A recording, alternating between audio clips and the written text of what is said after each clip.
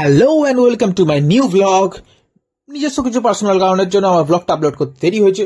তো এটা হচ্ছে নিউ দীঘা, আর আমরা বেরিয়েছিলাম সন্ধ্যেবেলা কিছু স্ন্যাক্সের খোঁজ করতে। তারপর গিয়ে যা দেখলাম আর যা শুনলাম তাতে তো আমাদের একদম চক্ষু চড়ক গাছ। কারণ এখানে যা মাংসর যা দাম ছিল তার থেকে মাছের আইটেমগুলো যথেষ্ট কস্টলি ছিল। সিরিয়াসলি এই মাছগুলো যথেষ্ট কস্টলি ছিল, যার জন্য আমরা আমাদের প্ল্যানটা আর কি শিফট করতে হয়েছিল আবার মাংসের দিকে।